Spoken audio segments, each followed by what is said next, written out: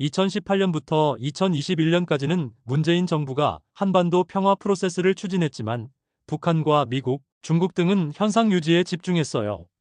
코로나19와 함께 2022년에는 한국 정부가 강경해지고 한미 정상회담에서 각 정부의 정책 차이가 보였죠. 2022년부터 현재까지 모든 당사자들이 폐쇄적인 현상 유지에 얽매이며 북한이 다시 나올지 여부가 중요한 질문이 되었어요. 북한의 행동은 러시아-우크라이나 전쟁의 결과에 따라 달라질 수 있으며 현재로선 북한이 현상 유지를 택할 가능성이 더 커 보입니다. 정치적 결정과 정책적 역량이 중요한데 현재 북러 관계와 북미 관계의 변화가 이슈가 되고 있어 러시아-우크라이나 전쟁 회담 결과에 따라 평양과의 대화가 빨리 진행될 가능성이 있어 북미 관계가 진전되면 남북 관계가 영향을 받을 테지만 여론과 정책 결정이 중요한 변수야. 트럼프가 대북 정책에서 흥미로운 스몰딜을 할 가능성이 있는데 이것이 두 나라의 이익이 된다고 생각돼. 북한의 위협이 여전하지만 한미동맹이 중요하다는 주장을 하며 북한과의 대화에는 실용적인 자세가 필요하다고 강조해요. 김정은은 대화 의사가 없고 북미 관계의 진전이 남북 관계에 영향을 미칠 것이라고 주장하지만 한미동맹에 대한 신뢰가 필수적이라는 점을 이야기해요. 90년대의 이전 경험을 참고하며 미국과의 협력을 통해 북한의 변화를 유도할 필요성을 강조하고 이를 위해 여론의 합의가 필요하다고 말해요. 남북관계와 기도, 초월적 개입을 희구하는 것이 중요하다고 느낀다고 이야기하고 있어요. 방금 워싱턴 DC에서 돌아온 경험을 공유하며 북한을 바라보는 보수적인 시각과 새로운 보수의 변화를 언급하고 있네요. 현재 북한에 대한 입장이 정통 보수와 새로운 비주류 보수로 나뉘며 북한과의 대화 가능성을 열어두고 있다는 점이 흥미로워요.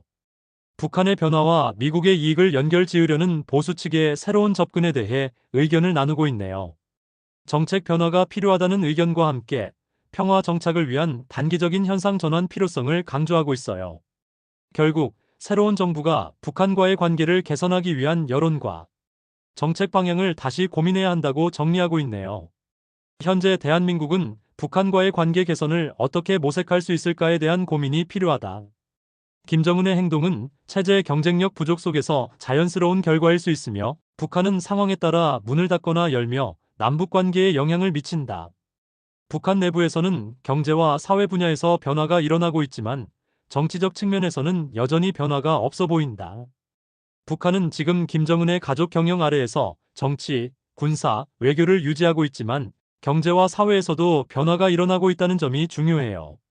김정은은 할아버지와 아버지가 물려준 나라를 단순히 관리하는 게 아니라 경제 발전을 위해 끊임없이 노력하고 있는데 그 모습이 같은 민족으로서의 자부심을 느끼게 해요.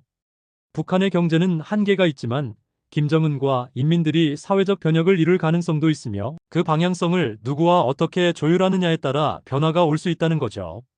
북한의 국가적 긴장이 줄어들면 우리의 일상에도 긍정적인 변화가 생길 수 있는데 그걸 위해서는 적대적인 언사를 줄이는 것이 중요해요.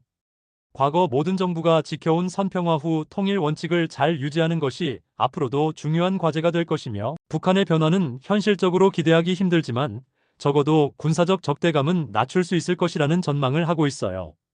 정대진 박사님의 발표와 김병욱 박사님의 토론에 감사드리며 2025 남북관계 원칙과 전망에 대한 주제 발표를 마칩니다.